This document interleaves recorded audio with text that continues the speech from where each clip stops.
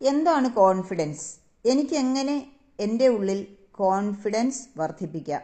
കുട്ടികൾ പലപ്പോഴും ചോദിക്കുന്നൊരു ചോദ്യമാണ്. കോൺഫിഡൻസ് എന്നത് എനിക്ക് ശ്രമിക്കാൻ കഴിയും, അഥവാ ഒന്ന് തെറ്റിയാലും ഞാൻ വീണ്ടും പഠിക്കും എന്ന ഉള്ളിലെ വിശ്വാസമാണ്. അതൊരാളുടെ ശബ്ദത്തിൻ്റെ ഉച്ചസ്ഥായിയല്ല, മറ്റുള്ളവരെ തോൽപ്പിക്കാനുള്ള കഴിവുമല്ല. സ്വന്തം മനസ്സിനോട് സുരക്ഷിതമായി നിൽക്കാൻ കഴിയുന്ന ഒരു യഥാർത്ഥ അവസ്ഥയാണ് കോൺഫിഡൻസ്. കുട്ടികൾക്ക് കോൺഫിഡൻസ് ഉണ്ടാകുന്നത് അവർക്ക് എന്നെ കേൾക്കുന്നു, എനിക്ക് തെറ്റുപറ്റാം, തെറ്റുപറ്റിയാലും എന്നെ ആരും കുറ്റപ്പെടുത്തില്ല, ഞാൻ വിലപ്പെട്ടവൾ അല്ലെങ്കിൽ വിലപ്പെട്ടവനാണ് എൻ്റെ വീട്ടിൽ, എൻ്റെ ശ്രമം അംഗീകരിക്കപ്പെടുന്നു എന്നീ അനുഭവങ്ങൾ കിട്ടുമ്പോഴാണ്.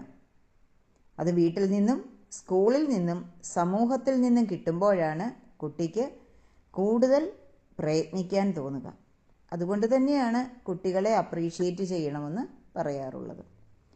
മാതാപിതാക്കൾ ശ്രദ്ധിക്കേണ്ട ചില പ്രധാന കാര്യങ്ങളെക്കുറിച്ച് പറയാം. താരതമ്യം കുറയ്ക്കുക.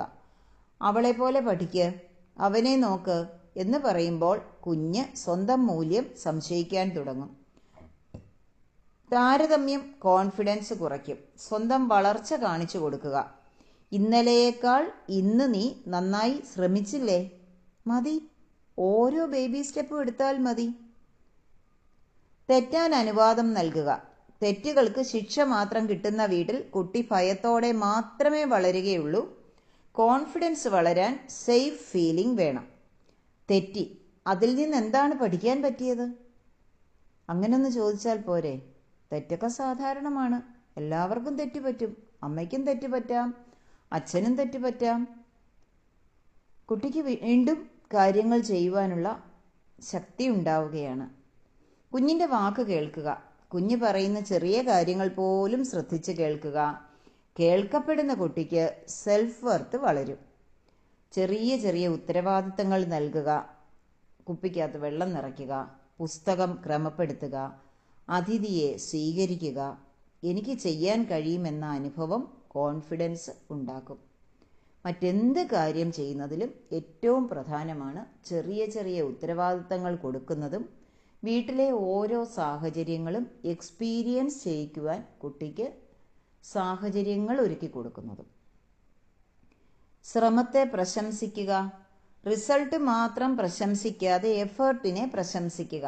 ഇവിടെ സാധാരണയായി നമ്മൾ കണ്ടുവരുന്നത് റിസൾട്ടിനെയാണ് പ്രശംസിക്കുന്നത്. അതുകൊണ്ട് റിസൾട്ട് അറിയുമ്പോൾ കുഞ്ഞുങ്ങൾക്ക് ഉൾഭയം തോന്നാം.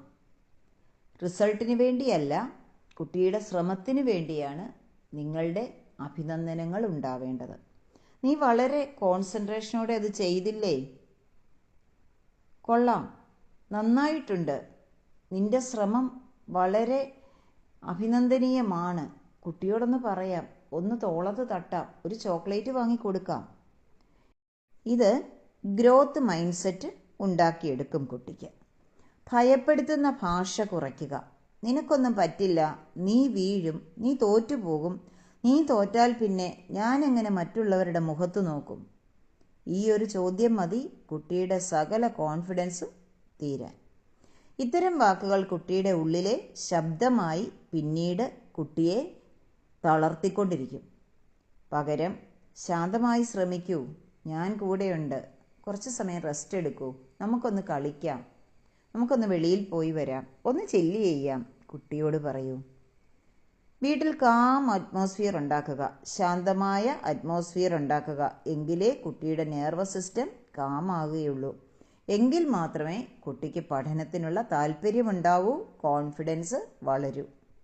വീട്ടിൽ ശാന്തമായ സംഭാഷണം, പ്രകൃതിയോടുള്ള ബന്ധം, ഡ്രോയിങ്, മ്യൂസിക്, മണ്ഡല, റീഡിംഗ് ഇവയെല്ലാം കുട്ടിയെ ഒരു സേഫ് സോണിലാക്കുന്നതായി കാണാം. ഒരു സേഫ്റ്റി ഫീലിംഗ് വരുത്തുന്നതായി കാണാം. സ്ക്രീൻ ടൈമിന് പകരം റിയൽ എക്സ്പീരിയൻസ് നൽകുക. സ്റ്റേജിൽ നിൽക്കുക, ആളുകളോട് സംസാരിക്കുക, പ്രകൃതിയെ ഒബ്സർവ് ചെയ്യുക, ചെറിയ ഗ്രൂപ്പ് ആക്ടിവിറ്റീസ് ചെയ്യുക. ഇവയെല്ലാമാണ് കുട്ടിക്ക് കോൺഫിഡൻസ് ബിൽഡ് ചെയ്യുന്നത്. വീട്ടിൽ തന്നെ ഒരു പരിശീലനമാവാം. ഒരു മൈക്ക് വാങ്ങിക്കൊടുക്കുക. കുട്ടിയോട് ഒരു പാട്ട് പാടാൻ പറയുക മൈക്കിൽ കൂടി. കുറച്ച് ദിവസം ആകുമ്പോൾ കുട്ടിക്ക് സ്വയം കാര്യങ്ങൾ ചെയ്യുവാനുള്ള ഒരു ത്രാണി ഉണ്ടാവും. കുട്ടികൾ സാധാരണയായിട്ട് ഓർക്കുന്നത് എന്താണെന്നറിയുമോ? മാതാപിതാക്കൾ എന്നൊക്കെ എന്തെല്ലാം വാക്കുകൾ പറഞ്ഞോ അതൊന്നുമല്ല, പക്ഷേ അതിനപ്പുറത്ത് ഞാൻ അവരുടെ അടുത്ത് സുരക്ഷിതനായിരുന്നു അല്ലെങ്കിൽ സുരക്ഷിതയായിരുന്നു എന്ന ഫീലിംഗാണ് അവരുടെ ജീവിതാന്ത്യം വരെയും വീടിനെക്കുറിച്ച് ഓർക്കുമ്പോൾ ഓരോ കുട്ടിയും ഓർമ്മിക്കുന്നത്.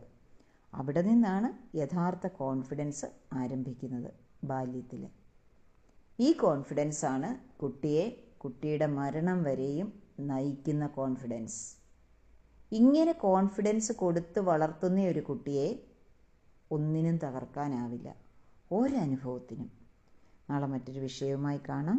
Thank you, love you, bless you.